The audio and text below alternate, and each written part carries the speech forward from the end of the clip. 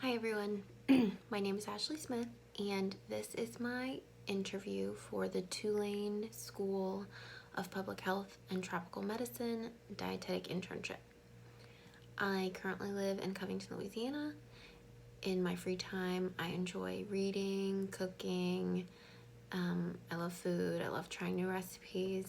I like to practice yoga. I love to get together with friends and play cards. I have 2 dogs that I love to take on nature walks in the state park. I am a non-traditional student. I graduated from Southeastern Louisiana University in 2011 with a degree in English literature. I am currently a distance student at Kansas State University. I will be graduating in May with my second bachelor's degree. I think that the fact that I'm a bit older and that I made a career change distinguishes me from other candidates. Changing careers can be a little bit scary and a lot challenging, but I think taking this path has really helped me know what I am passionate about. So here is the first question. Why do you want to be a Tulane dietetic intern? What are your expectations from the Tulane DI? What do you hope to obtain from this experience? I want to be a Tulane dietetic intern because Tulane has such a great reputation in this area for producing quality candidates in everything, but especially quality candidates who pass the RD exam. I love that Tulane has a community focus, and it would be an amazing opportunity for me to be able to serve the community that I know and love so much. I am particularly excited about the LSU Ag rotation and the Tulane Culinary Medicine rotation. I am always looking for ways to expand my knowledge about food, and these experiences seem like they would really help me build upon that. I expect that I will meet people from many different backgrounds and I can learn from their experiences. I think I will gain knowledge from my fellow interns and my preceptors, and I hope that I will make connections with people that will last a lifetime beyond this internship. I hope to be challenged and exposed to different avenues of dietetic practice that I have not considered yet. Why do you want to be a dietitian? I think that I have always been passionate about food, as many people who live in Louisiana are, but I was not always passionate about being healthy.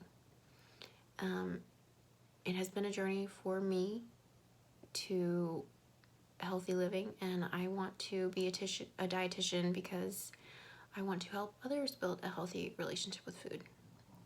To me, that means finding healthy and satisfying ways to feed our bodies, but also our souls, so that we can eat foods that are familiar and traditional in our culture. Tell us where you expect to find yourself in your career after you complete an internship and in 5 years. After I complete my internship and pass the RD exam, I expect to find myself in a clinical position where I can build upon the knowledge that I gained in school and in my internship and expand my skills. I also plan to complete a master's program. In 5 years, I would like to use my experience and love of food to start some sort of community outreach program, working with the food bank or local grocery stores to teach healthy recipes in community cooking classes. My main goal would be to make dietitians more accessible to community members and teach real life skills and provide tools that they could use every day and apply to live a healthier life.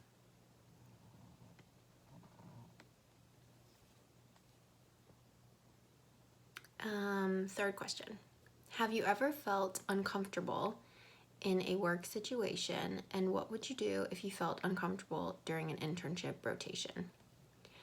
I currently have two jobs, and in both I face customers or clients daily. I know that customer service is very important and that it can be challenging when you're dealing with unhappy customers. I work for a financial advisor, and people can be incredibly sensitive when talking about their money, just like they can be sensitive when talking about health-related issues. I remember a time when my boss was out of the office and a client called in saying that a financial transaction was supposed to be completed and it was not. The call quickly escalated to him yelling at me, but I did not engage. I sat quietly until he finished. And then I told him that I would work on solving the situation and I would call him back with a solution. It was definitely uncomfortable for me to deal with an angry customer, but I did not get angry and I did not escalate the situation. Even more than that, it was a little bit uncomfortable for me to go tell my boss that he had made a mistake and this is what I came up with to solve it as quickly as possible. If I ever felt uncomfortable during an internship rotation, I would handle it similarly. I would remain calm and respectful to the patient or to my preceptor or my fellow intern. I would realize that people in hospital settings, the patients are often dealing with pain and discomfort, so you might be dealing with an unhappy customer, so to speak. If the issue was out of my comfort zone, I would go to my preceptor to let him or her know what was going on so we could work on the best way to solve the problem.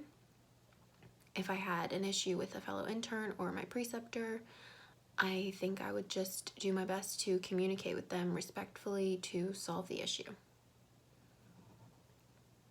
Question 4. How do you prepare for a major exam? I love school, so my exam preparation begins for me in the classroom. I take a lot of notes, I highlight things that seem important to me, and use any provided resources to support what I've learned in the lecture. I read over my notes several times in the weeks before the exam to make sure everything is clear to me. If it's not, I'll reach out to my professor or my fellow classmates to figure it out. I will usually make flashcards for important items that stand out to me. And this might sound strange, but when I'm studying, I like to walk around my house while I study and read the flashcards or my notes. Moving around helps me focus on the information, and I feel like I'm able to take it in and absorb everything. I set aside any information I am struggling with a few days before the exam, and I focus on this. I also like to think about case study examples so I can apply the knowledge to real-life situations. The real-life application helps me remember the information more clearly.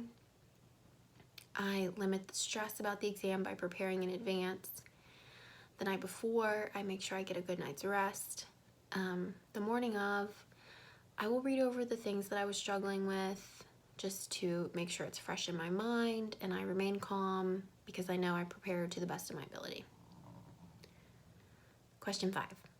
Describe a situation where you felt you were treated unfairly and how you handled it.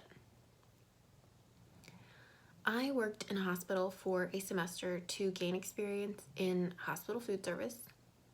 I was hired to distribute patient meal trays to patient rooms, but I did have the opportunity to participate in all aspects of the food service, like preparing food, actually setting up the trays by the prescribed diets. I was able to spend some time with the dietitians.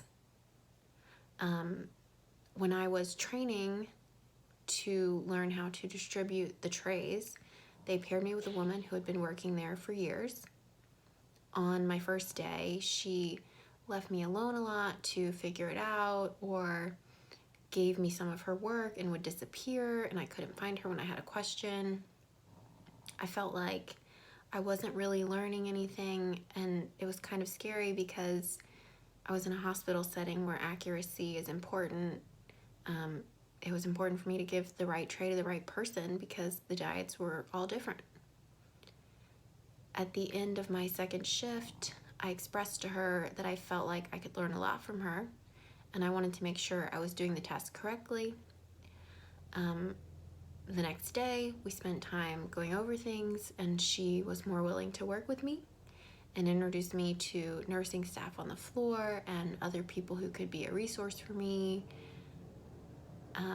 I think sometimes when you're being treated unfairly, it might not be about you. It's a good idea to try and communicate with that person directly to see what the issue is and if it can be resolved. And in this case, it worked. All I had to do was communicate with her that I needed help, and she was more willing to help me. Question 6. Are you better at working on many things at a time, or are you better at working on and getting results on a few specific things?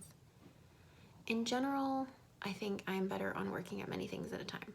I don't think I've always been this way, but I think I've had to adjust to this because I have 2 jobs and I am busy with school as a distance student, and I have family and friends that I have to juggle as well. For instance, if I have multiple class assignments due around the same time, I will typically work on one assignment for a little while and then I will switch to something else so that I give my brain a break. I feel like this helps me maintain my focus, and I do better work when I can come back with a fresh set of eyes. I do think if I'm learning a new task, like learning how to do a new calculation, I like to give that my full attention until I've completed it so that I make fewer mistakes. Question 7. Describe a challenge you faced in trying to work cooperatively with someone who did not share the same ideas. What was the result? Even though I'm a distance student at Kansas State, we work in groups in almost every class. This presents its own unique challenges, as I'm sure you can imagine, completing group work online. Last semester, I was partnered with 2 girls in my first clinical class. We had to lead a discussion board for the entire class and choose an article related to type 1 diabetes for the discussion board. Each of us had a different avenue we thought we should focus on and found an article for that topic. After discussing the topics together, we realized the questions we wanted to present to the class could be applied to each of the articles if we did some creative reframing. In the end, my article was not chosen, and that was okay. We compromised and used someone else's article, but I was still able to ask the questions that I originally wanted to ask, and we worked as a team, which can be challenging, but if you compromise and get creative, you can still work well with people who disagree with you or your ideas. Thank you so much for the opportunity to apply to this program and taking the time to watch this video. I know that becoming a Tulane dietetic intern will enable me to accomplish my goals of becoming a dietitian and serving the greater New Orleans area. I hope you will consider me as a candidate for the Tulane Dietetic Internship, and I look forward to hearing from you. Thank you. Bye.